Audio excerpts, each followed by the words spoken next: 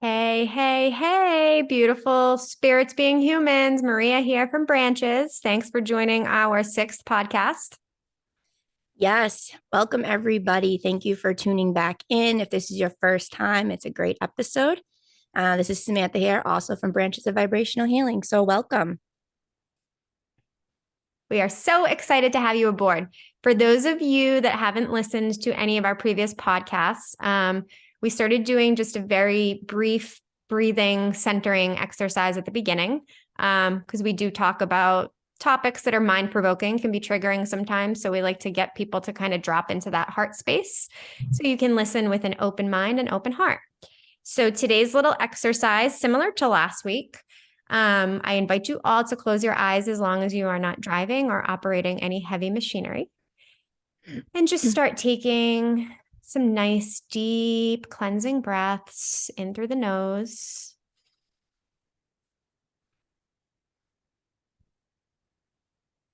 Out through the mouth. In through the nose again.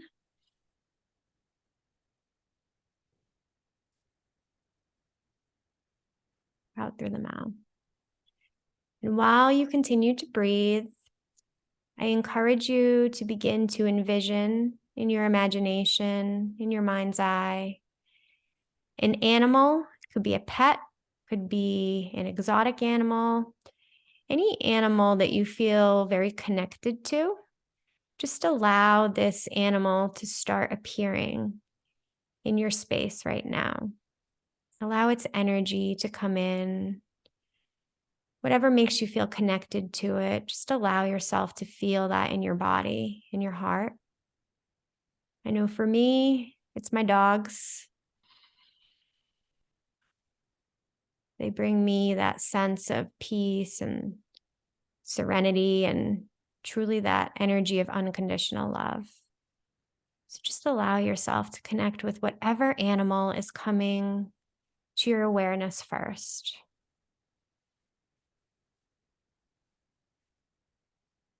Even if you don't have pets, on some level, we are connected to the animal kingdom. So just allow whatever animal wants to come into your space to connect with you.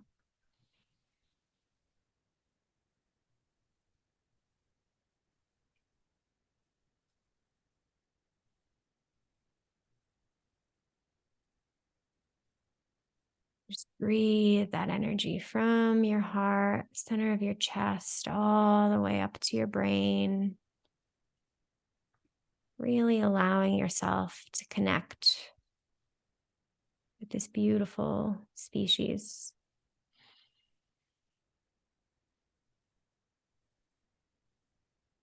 Good. Beautiful. In shamanism, we connect oftentimes with power animals, which are a form of spirit guides. And today's podcast is really all about connecting with our spirit guides. Sam and I are going to talk about our journey in meeting our guides and how guides come forth in readings that we do for clients, and hopefully give you some tools to help you start making this connection with your guides, because we all have an army of them backing us up on this human journey, and they really just want to connect with us and have a relationship with us. So Samantha, take it away.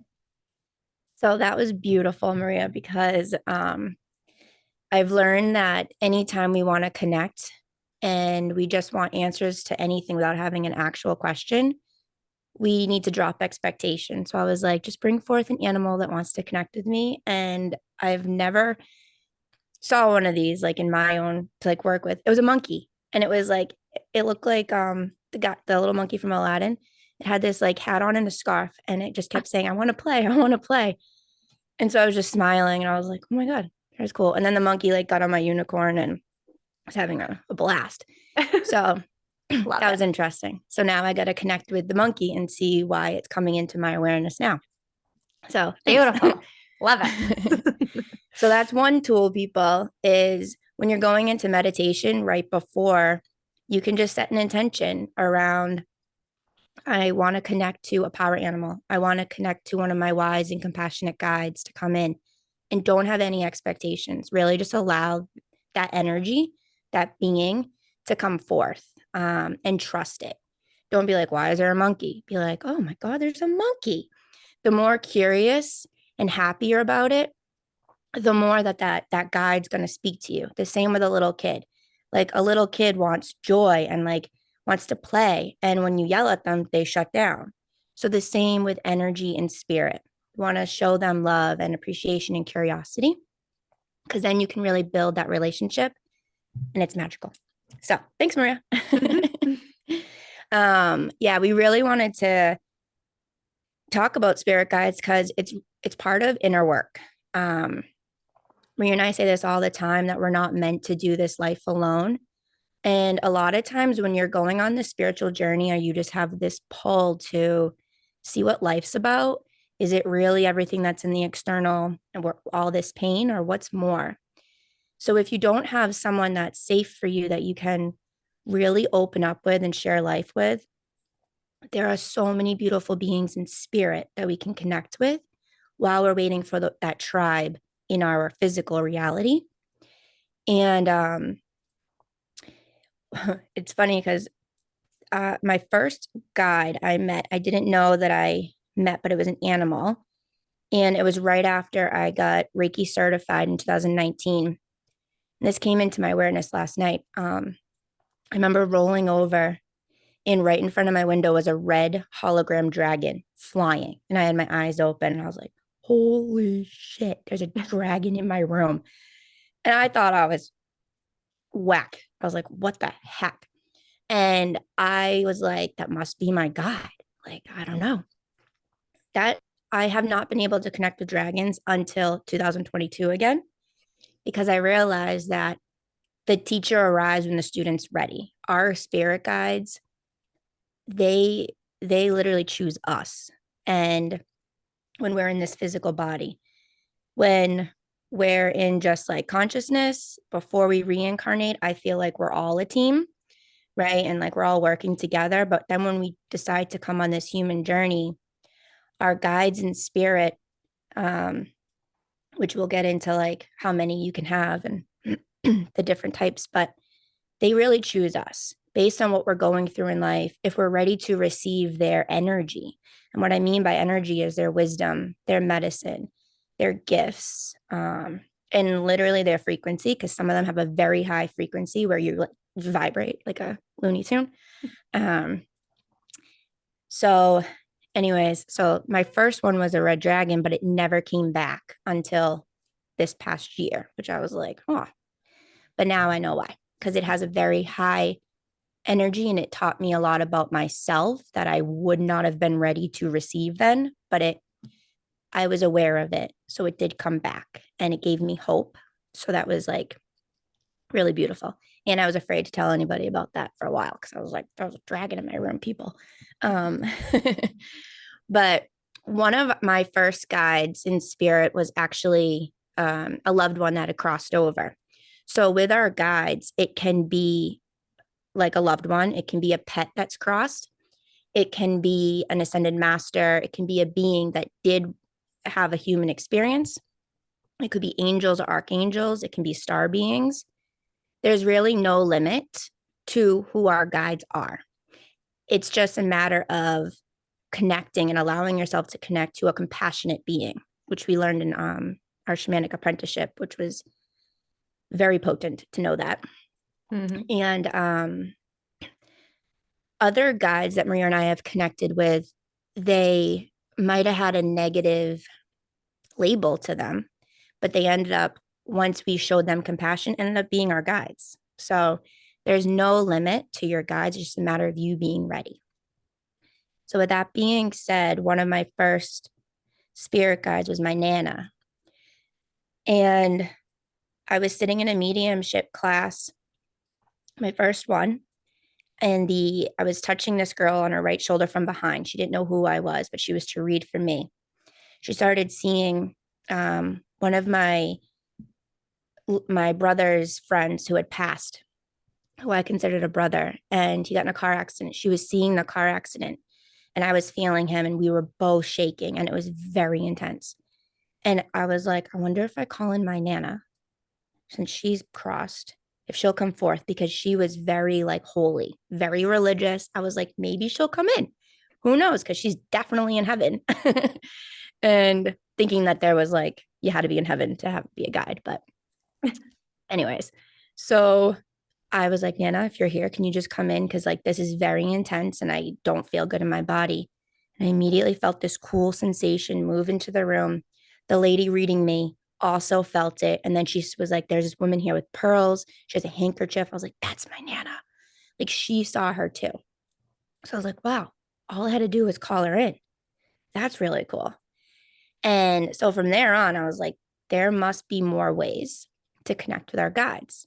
But I didn't know that she was considered a spirit guide at the time because there's all these labels, right? So maybe she's my guardian angel, who knows? But she's there, and that's all that matters. And she comes from love.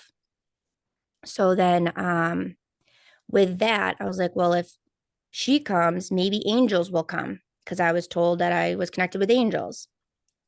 So one thing I did was, which is a great tool for everybody, if you feel really connected to something and you don't know why, it's okay if you don't know why, is to explore it.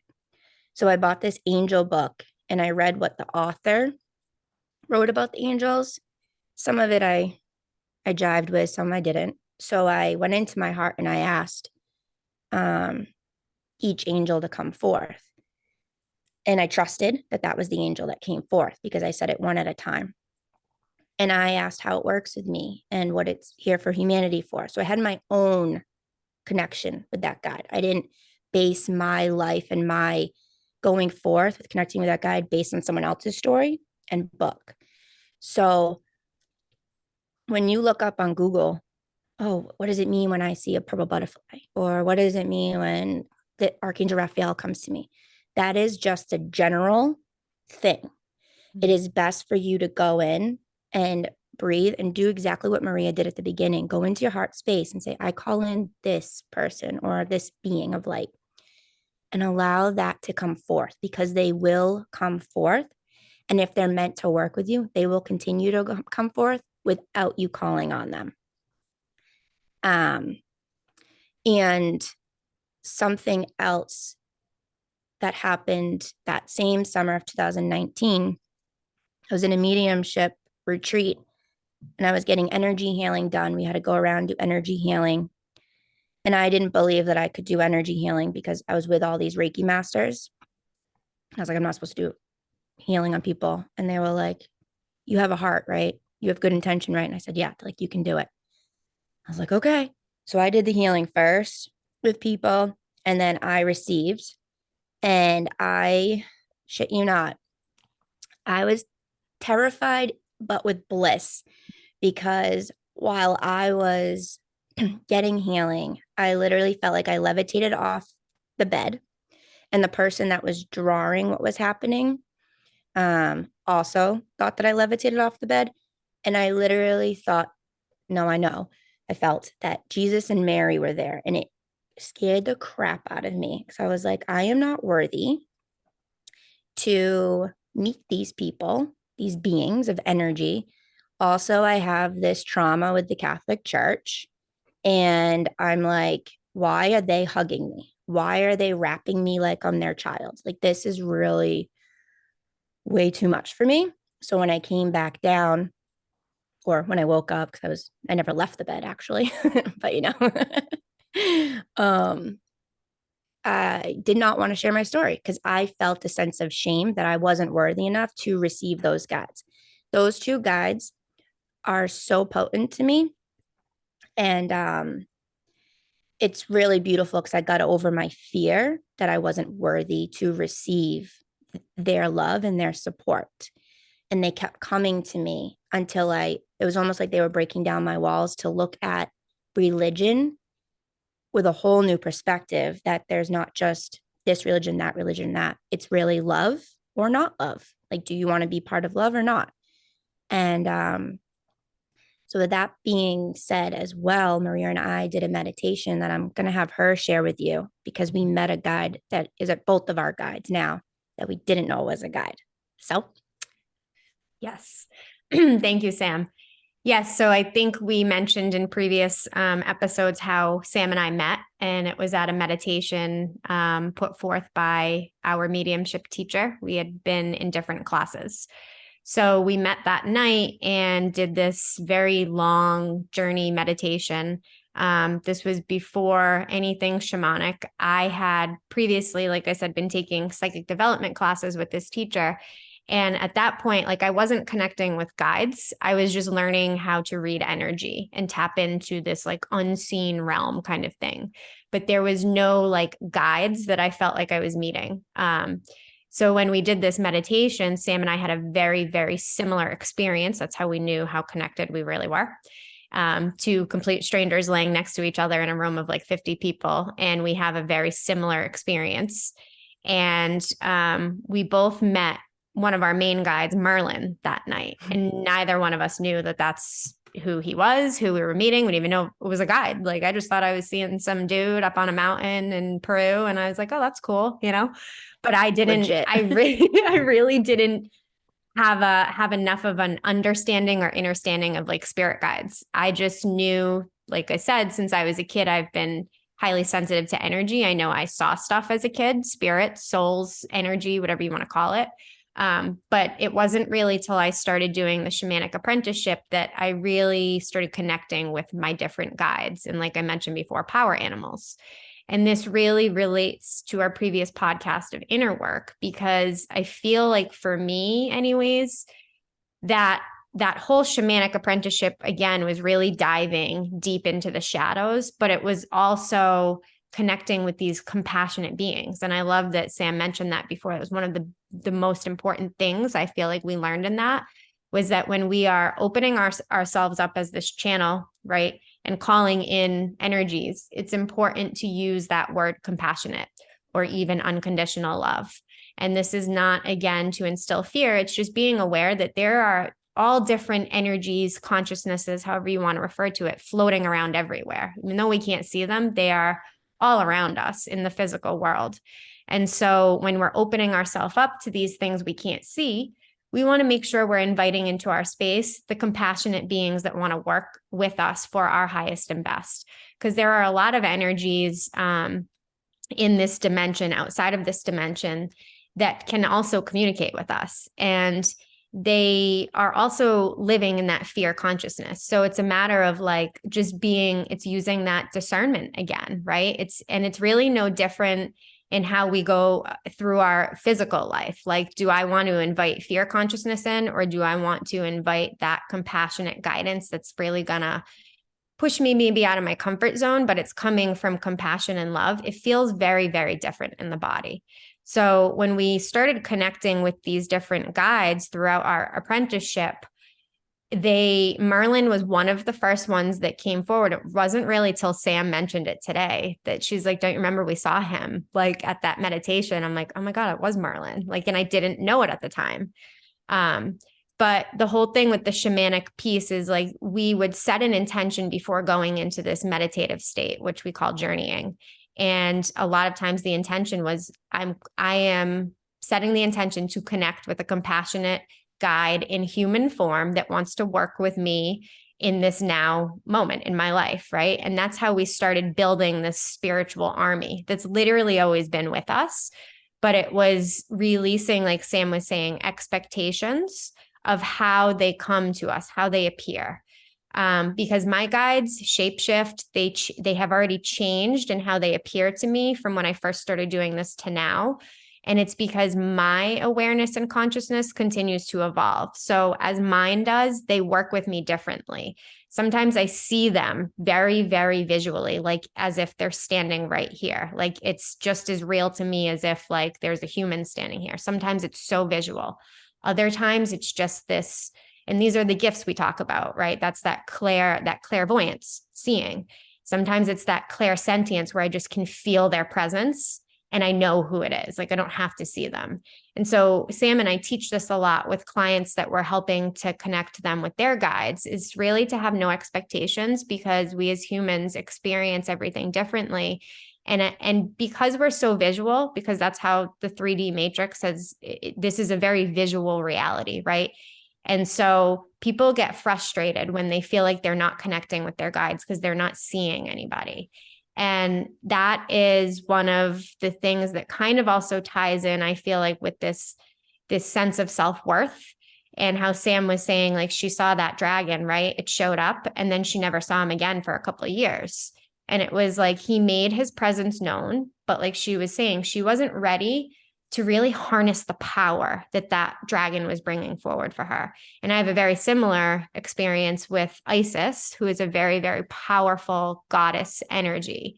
And Sam would always see Isis in readings for me. And I'm like, yeah, I don't see Isis. I mean, I see Zeus. I see all these other badass ascended masters or whatever. I'm like, yeah, no, I don't think Isis is one of my guides. And it wasn't until towards the end of 2022 where I really started owning my feminine power, I would say. She literally actually branded me. She branded me, my chest with the Ankh symbol. And it was like, she was like, are you ready? And I was like, yeah, I'm ready. And she's like, no, are you ready? And I was like, yeah. And then that's when she took it and like branded it into my chest in a meditation state.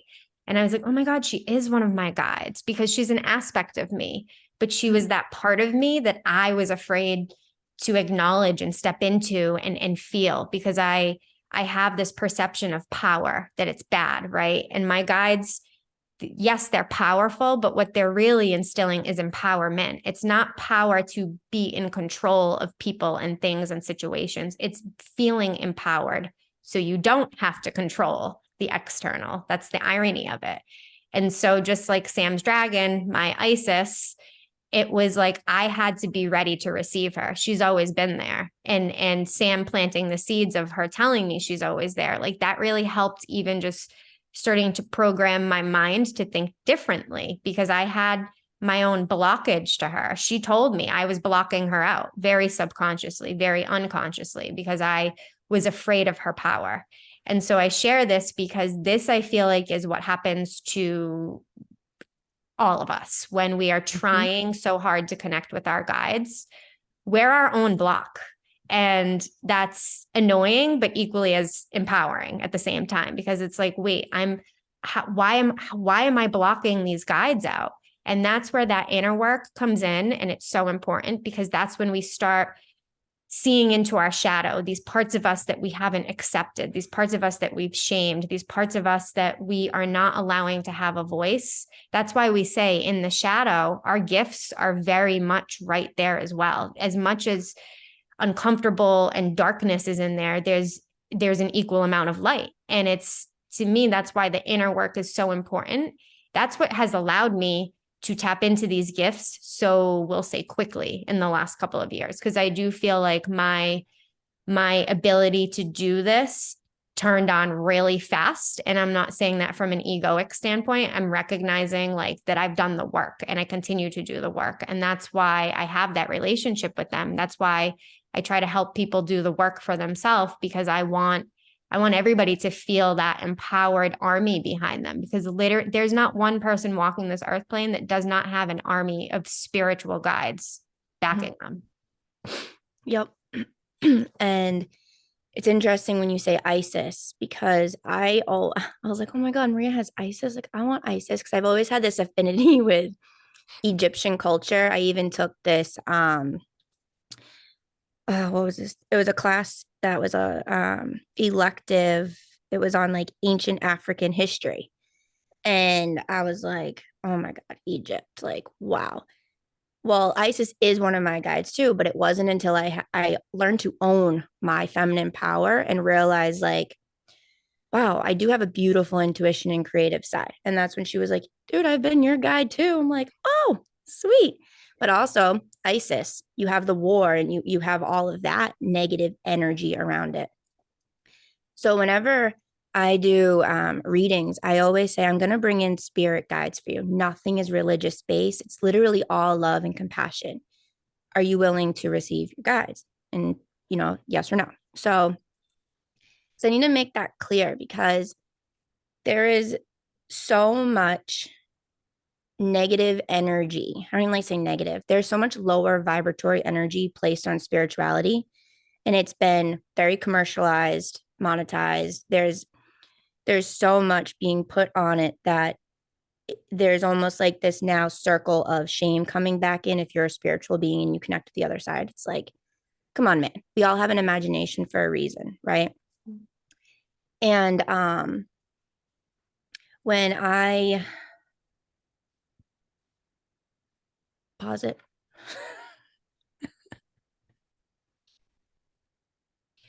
And when we learn that our imagination is really magic and that we've been taught to shut it down, we can allow ourselves to connect more. And when Maria was talking about visualization and not having expectations, like we had both mentioned, it really goes into like, you don't have to be a visual person. You might just be a sensor or a feeler or hear. Like I have this one client who's super like musically inclined, and she literally gets these like tones in her ears and they're different. So the other day she's like, but I don't know who my guides are. Like I've been told they're these people. So I talk to them, but I don't think they're there. So I had her like close her eyes and I just brought her into like a little short meditative state. And I just held space energetically while I said, invite one guide to come forth and to speak with you in the tones. And she did. And she's like, oh my God, in this ear, this. And I said, but she couldn't see them. Right. So I said, all right, now just ask without expectation, how do they want to work with you? Maybe it's numbers, colors, just like anything to come through. And I forget at the moment, like, because we worked on 3 different guides, but she's like, oh, they're coming forth with, I think it was the color blue. And they want to work with me around joy and words. When I hear the ringing, they're saying, pay attention to words. She's like, I don't know what that means. And I go, well, ask them. What does that mean? Allow it to come through. Feel it in your body, whatever it is. And she was like, huh. And she laughed. She holds her eyes closed and she giggled because she was like, it's the way I'm hearing people's words. I'm taking them in as my own. So when that sound comes into my ear, it's that guide saying to me, like, hey, be aware of the words. That's not your truth. And don't take them in as yours. She was so happy because she realized, oh my God, I can connect to my guides. Because she's been knowing they're talking to her or something's been happening with her ears. Another one wants to play through her. Like that's the guide that comes through from music. And so now she can build that relationship because she dropped the expectation that she needed to physically see them. So it comes into allowing yourself to be curious, to receive.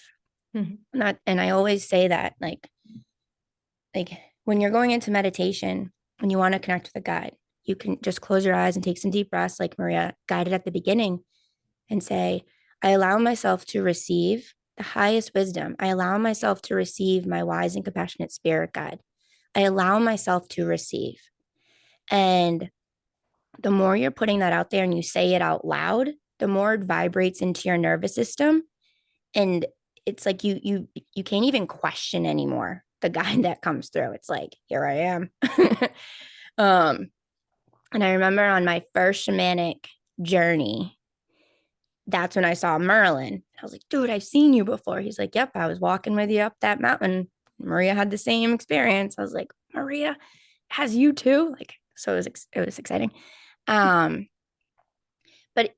I think he came because we've experienced other lives with him, but also because we energetically match with him. He's had a lot of human experiences, and now he's at an ascended master level. So when he reincarnated, he had different names for each reincarnation. He knew that coming to us as a calm guy, for some reason we felt safer with than like Isis or Mary or something that society has put a fear-based thing into, because a lot of women are afraid of their power. Men are too, but women have this high intuition that has been tried to be put down. So when Merlin came, Merlin is a very intuitive, magical man. He came forth and he was my main guide. He then brought me to this like etheric, which is really just like a thing in our consciousness, a building of light.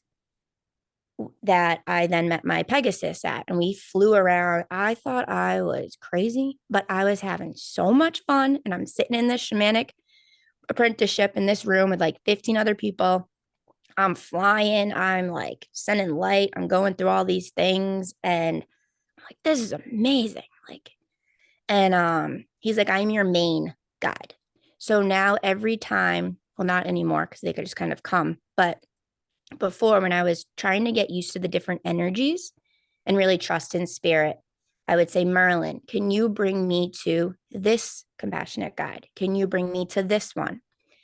And I was going into a new mediumship class one day, and I was really nervous because I know that those people had been in the group for a while. And I sat in my car, I had my journal, and I closed my eyes, and I was like, I set my intention to journey to Merlin and ask him to bring me my mediumship guides. And then I was brought, like, in my mind's eye to a cave where I saw this Native American sitting at this stone table who was like, what you have to do is write down the name of the person you're reading for. And behind you, I will welcome in only their loving beings that have something to share for them. Like, I'm not going to bring in anyone that has quote unquote beef or negative energy or a low, it was only healing to come into that door, basically. And I was like, okay. So before each reading, I sat there and I did that. I called in my guides and I did the table, and I did that for a while. And then eventually I was like, Marilyn, do I still got to do this? Like, this is taking a while because I'm kind of an impatient person when it comes to spirit. He's like, no, but that's what you needed for your grounding. That's what you needed to make you feel safe, to know that you were only bringing in loved ones in spirit that had healing messages. I was like, oh, okay, that makes sense. But I had to be open to it and to feel safe first, connecting and receiving messages. And then he's brought me to all of my other guides. And now they just kind of merge as one because I've raised my frequency. But it starts off with you first being open to receive.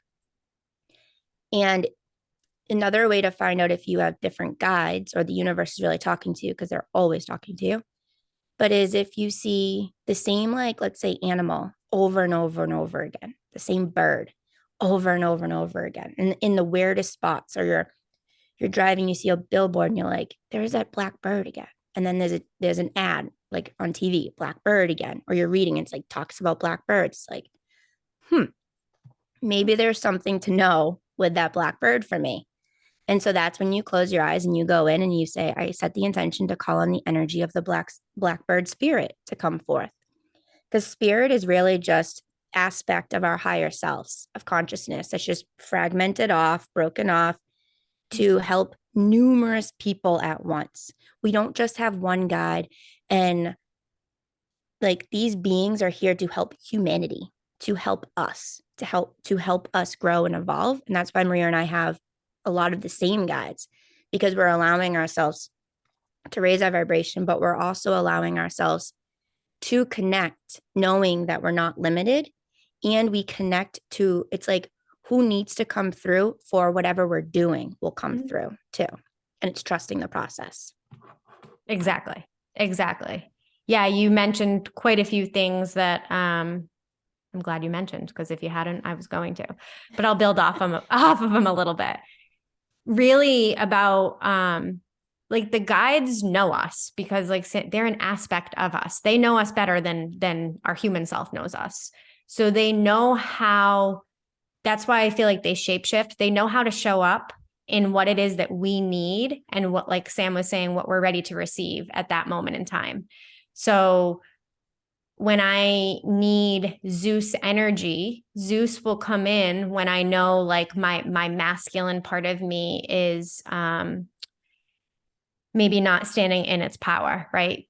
Because there's a part of Zeus that can feel intimidating to me, the way he kind of like just holds his stature. And he is also one of, like, the first guides I had gotten, and I was pretty floored by it because I was never really anybody that felt called to, like, Greek mythology. Like, like Sam was saying, she felt connected with Egypt and everything. It sort of shocked me. But then when I felt into his energy, I knew what he was bringing forward for me. I know when he shows up, whenever he shows up now, what he's trying to tell me, right? And because I've built that relationship with him. But the guides are loving, compassionate beings. And so they're not trying to scare us. And they also understand where our consciousness is at. So they know how to kind of reveal themselves in a way that's going to feel comfortable or something that we're ready to receive. They may pop in kind of like with the dragon, popped in for Sam, like, hey, I'm here, but I know you're not fully ready yet. So I'll see you in a couple of years kind of thing. I mean, she didn't know that was going to happen, but that is literally how this kind of all plays out. And for me, my guides shapeshift all the time because it's like there's all these messages within messages that they're trying to give me. So they know, for me, the human who's visual, that they have to appear in a physical form that I'm going to be able to communicate with them. That's going to sort of make sense in a way.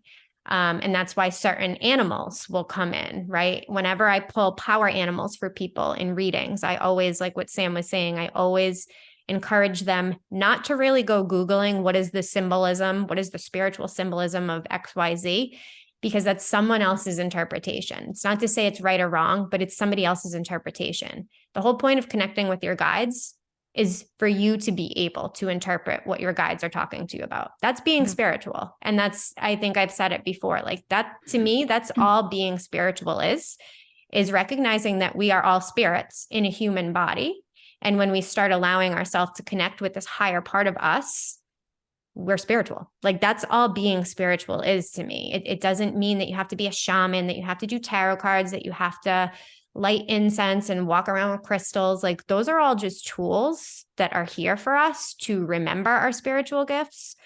But truly being spiritual is, to me anyways, it's just allowing myself to connect with and follow the guidance of my soul, my spirit, my higher energy, consciousness. To me, all those words are synonymous.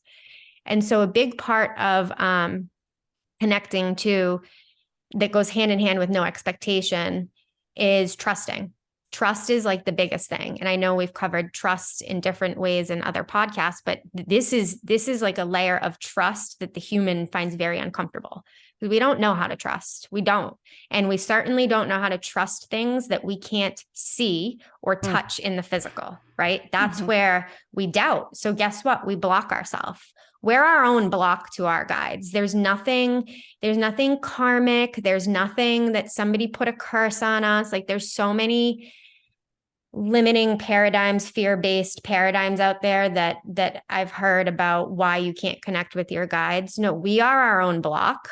We are our own block. And it comes down to that subconscious, unconscious part of us that is still operating off of fear, that's blocking out the guides for a plethora of reasons, right? A lot of it is rooted in that lack of self-worth. We're not deserving of connecting with these energies. We're afraid of anchoring that power into us. But it's all rooted in fear.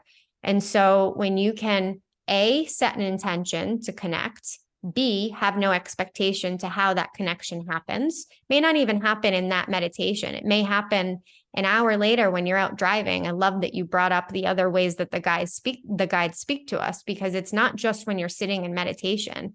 It's allowing yourself to become very aware of your surroundings. Like my guides talk to me through license plates and billboards all the time. It's almost like dizzying when I'm in the car, like as a passenger, because it's like this dialogue that's happening constantly. And I'm like, I'm not even trying to look at the license plate, but like all of a sudden my head is being guided to look. And I'm like, yeah, I know. Then I look up and there's a bit, and it's just like, seriously? So that's just the universe talking to us. That's our guides. Like that, our guides are part of the universe. And so it's allowing ourselves to be open to receiving the signs and just becoming more and more aware. That's what this is all about. It's broadening our awareness. That's how we tap into these higher states of consciousness. It's opening that awareness. Like Sam was saying, if you see a black bird and you're starting to notice like, okay, like this is starting to feel very coincidental. That's the other thing. Nothing's a coincidence. When you start in your mind going, well, that's a weird coincidence. That should be a red flag to check in with that, because nothing in this energetic and physical earth plane game is a coincidence. It's not. They are all synchronicities and signs. And for me, like my whole life, I've always been somebody that looks for signs, not really recognizing that that was a way that I was connecting with my guides. Wow, so weird. As I'm saying it right now, I'm like, wait, I've always been kind of connecting with my guides, but in a very different way than going into a meditation and visually or sensing them, right? And establishing it that way. It's like I would always look for signs outside of me to either validate I was going the right way or whatever it was, looking for an answer to a question. So really the biggest things that I can share from my personal experience is really just trusting that guidance, trusting when it's coming through. You're not crazy. We're not crazy. And our ego is going to tell us that, and it's going to get very loud. That's the other thing I feel like is important to share that I've talked about with many clients. Like the more you do start trusting in this intuitive guidance, this loving guidance, the ego, because it lives in fear and wants to control you because it lives in fear, it's going to try to talk you out of it. And that's why I say we're our own block, because we allow the ego to come in and kind of take over again and go, yeah, you're right, I'm totally making that up. Or like, yeah, no, I didn't see that. Or no, that wouldn't be my guide. Like all these things that the ego, it's trying to protect us because it lives in fear. So again, it's not to bash the ego. It's not a bad thing. It's part of being a human, right? It's a beautiful part of us. It really is. But it's learning to know its role and almost like alter its role the more you allow yourself to trust in this guidance. And talk to it in a way like, I appreciate that you've protected me all of these years, but I trust this guidance. We can talk to it because it's a part of you, the ego. Talk to it and say, we can trust her. We can trust him. Like, it's okay. Like, we can listen to that. And this goes into like discerning too, because every client asks me, how do I know if it's my higher self or my ego? We've talked about this on a podcast. And for me, the quickest sort of answer to that, because it is a constant process of discerning energy, discerning. But for me, that higher self, the guidance from the guides, the universe, creator, however you want to refer to it, it's very subtle in the beginning. It's very subtle. It's not aggressive. It's like this, it's like, here's a sign. Here's another sign for you. Here's another sign for you. Where the ego is persistent, it's aggressive, it lives in linear time. So it feels very pressuring to like make a decision. The energy feels to me in my body constrictive. And it also feels familiar. That's the other thing, because I've operated off of my ego for so long that the advice or guidance that my ego gives me is always what I've done in the past, because it wants to keep me in that loop, that pattern, right? So then when I get this other guidance that is asking me or inviting me to do something different that may feel very uncomfortable for me, the human, I know who that is, because it's like, wait a second, my higher self's trying to break me out of my programming, break me out of my fear-based decisions. It's trying to break me out of my old habits that were born from trauma and conditioning. And so that's how I really started to know, like, oh, that's my higher self. That's my intuition. She's actually like asking me to go about it a different way, where my ego will keep coming in very loud, very judgmental, like we talked about in our previous, it's judgmental, and it's very limited. It makes me almost feel like I have no other choice, where the higher self is literally like presenting me all these little choices that I could maybe go get curious about. But it's not an aggressive energy, but it's actually a very warming, comforting energy, even though what she's guiding me to do may feel uncomfortable, if that makes sense. Totally makes sense. And I just have to say that usually I can only see things with my eyes closed a lot of times, but it looks like you're like sitting in front of like a council of light, because I'm seeing all of these beings behind you, like, yes, Maria. Yes. And Rock it's and like, roll, people, love yous. yeah, my heart's like, oh my God, look at them all. It's like, they're all like, it's gorgeous. Yeah, I can feel them. Yeah, it's beautiful. So a few points so with the ego part, right? Like, I connected with Poseidon a few years ago, who has that same, like you were talking about with Zeus, like that, whoa, what's happening? Yeah. Right. Like, and he has the trident symbol and, think a Little Mermaid. And there's all this really like, quote unquote, negative talk behind these beings. Yep. And I'm like, they wouldn't be coming to me when I set the intention to be a wise, compassionate being if they want to harm me. Like, okay, I'm going to explore this. And he's showing me all the ways he has been working with me, like behind the scenes. And I'm like, holy crap. And when I was a kid, I don't know how old I was, but I had this little room, little pink room, and I think I had Little Mermaid sheets too. I don't really fully remember. But there was these three things that now I know is a trident symbol. On my wall, I woke up and they were like black imprinted on my wall going up.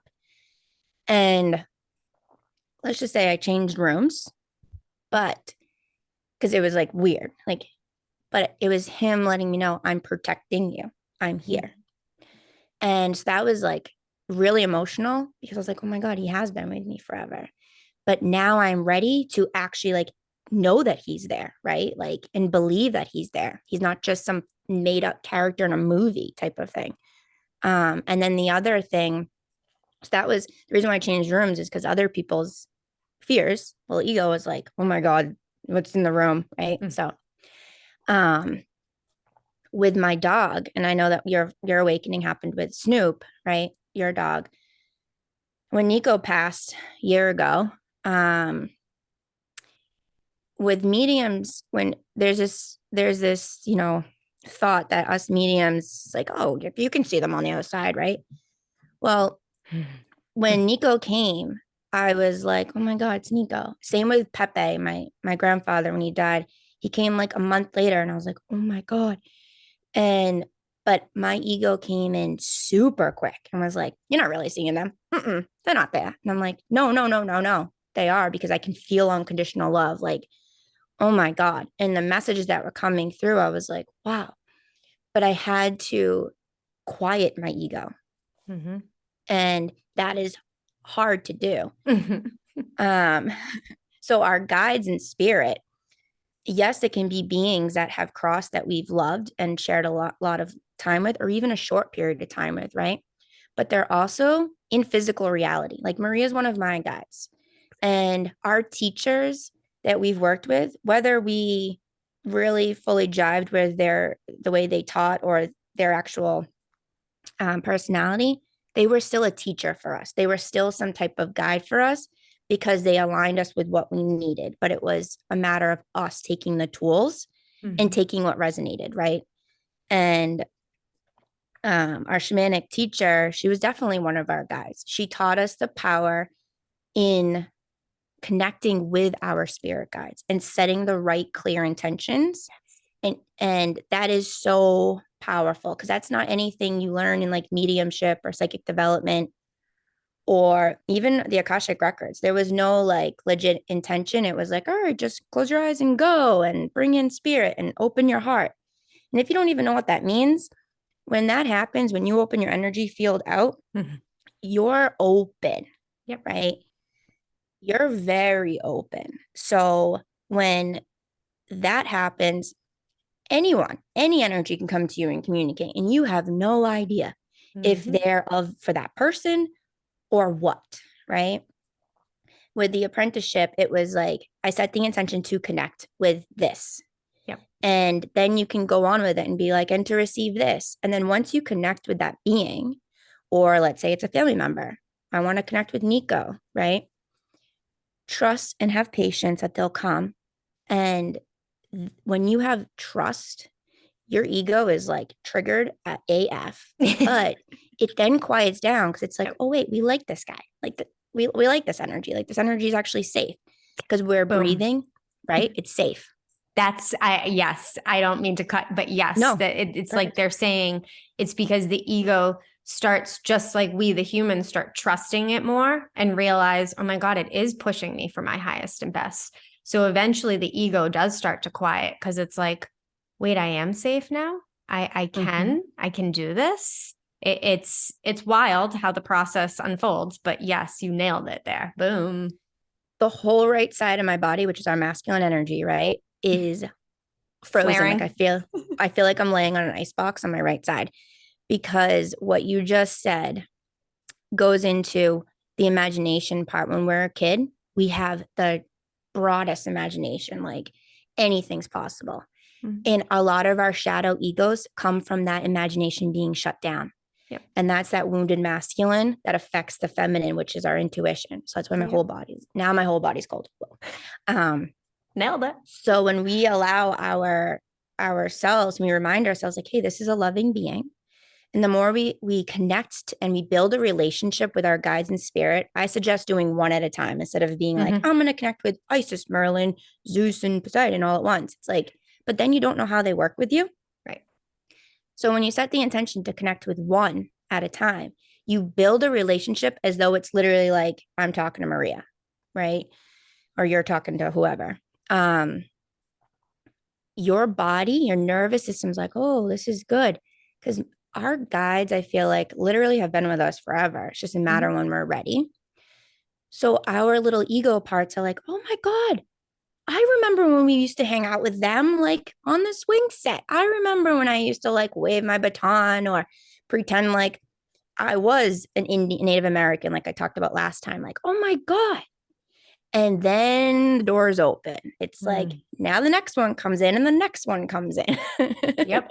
Yep. And like you were saying before too, when you feel one that you feel like super connected and you trust, then they'll bring you to other guides. Like how Sam was saying with Merlin being like her main guide in the beginning. I feel like he was one of my first ones too.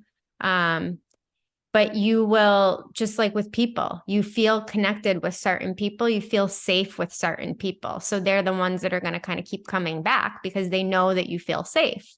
And then when you establish that level of trust with them, then they'll take you and go, okay, it's time to meet somebody else that's going to work with you in this aspect of your life or in this project that you're working on, right? Like when you really start to allow yourself to open up to these compassionate energies, there's so many of them that work in different aspects of our daily life. Like it's not like, this is what I try to tell people too, like there's no, I don't know, for me, once you're in it like this, in it to win it, there's no separating the spiritual and the physical world. Like I know that that's just an illusion of the 3D matrix. It's like there's no spiritual perspective versus another perspective. It's just all energy to me. And so the more I allow my guides to be active participants in everyday, day-to-day decisions, the more like I've merged those worlds. There is no separation. It's like, oh yeah, my guides have always been here. They've always been in my physical world. I just wasn't ready to receive them yet for whatever multitude of reasons. So it's really, again, it's trusting, having no expectation to how they show up or drop the messages for you, because it could be in a conversation with somebody else. It could be on the radio. You get in your car, you turn on your stereo and it's like a song, either that it's just like speaking to you, right? Like literally the universe is always speaking to us. It's a matter of us being open to listening. And I want you to, I feel like you would explain this a lot better than me. And here I am doubting myself, but because I only think because you word this a lot better too. Because so spirit, not just spirit guides, when we can connect to the spirit of anything. And like, so I'll always say, and people are like, what does that even mean? I set the intention to connect with the spirit of sage. I ask the spirit of sage to cleanse and clear me from anything that's not me. I set the intention to connect with this crystal. I set the intention to connect with the spirit of this and that. And people are like, what do you mean spirit of it? But it's really like the energy of it. So can you just like give people a breakdown of like what spirit really means? Yeah, for me, it's energy. And that's where, again, like how Sam was talking about these labels, right? We have been taught kind of what spirit is. And then when you start to work with energy, you realize that everything has energy. So everything has a spirit. And that's kind of a hard thing for people to grasp sometimes. I mean, I remember in my first psychic development class, her holding up like a tissue box and going like, this has energy. And I'm like, what? But everything does, right? Because everything that has been created in the physical world comes from the energetic world. And all energy is spirit, and vice versa. All spirit is energy. So everything actually has a spirit. And that's why like ancient shamans talk to everything. They understand and understand that everything's alive.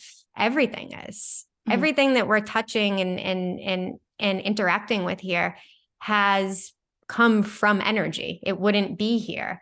So when you can start to really like zoom out and adopt that perspective, you realize like, wow, spirit is everything. It's in everything. It's everywhere. And that's where then you want to just be mindful of what energies you want in your life. Like, and that comes down to even just people in your life or whatever it is. Like it's starting to tap in and become in tune to the energy that we're giving out, that we're receiving, what feels empowering, what feels draining. And it's the same thing when you work with spirit. That's how I discern what energies I'm working with. When other energies come into a reading that are fear, and I know that they're fear, I'm not afraid of them because I know that they're just fear, but underneath that fear is that love. So for me, know how to navigate that. I'm not saying everybody is just invite all of the spirits in. Don't do that. Because as we were saying, it's very important that you're setting that intention to connect with your compassionate guides, your compassionate beings that are here to help you. That's really the biggest thing. But yeah, energy and spirit to me are synonymous. They're the same thing. And when you can start to really see that everything in this physical world would not exist without the energy behind it, then you realize everything is alive. Everything has consciousness to some degree. It's just different. I don't even like to use the word levels because I feel like that adds to this superiority hierarchy complex, which is not how spirit rolls, because spirit is like, we're all just energy. Everything's just energy vibrating at different frequencies. Beautiful. And we're just going to leave you with this quick tool. You can go out to a tree or you can lay on the earth, and because those are safe and those are physical, you can see them, right? And just breathe and ask the spirit of the tree or earth to come up through you and allow yourself to just receive the healing. And if you want, you can now, like, what do you want? How do you want to work with me? What would you like me to know? Give me a message. And then always, always, always, always give thanks when you're connecting with your guides. Always. Yes. Gratitude is so important. It's so important. Just like you want to be appreciated, your guides want to feel appreciated because it's a relationship. So you want to communicate with them. And so, yeah, grounding outside, I feel like, is the safest way if you're nervous of really connecting, to connect to a tree. Always give thanks, set clear intentions, and know that you are just like them because it's a higher aspect of you here to help you. So we hope this helped you. Oh, and so it is. Yes. Till next time, we'll see you beautiful spirits being humans on the other side. Love you.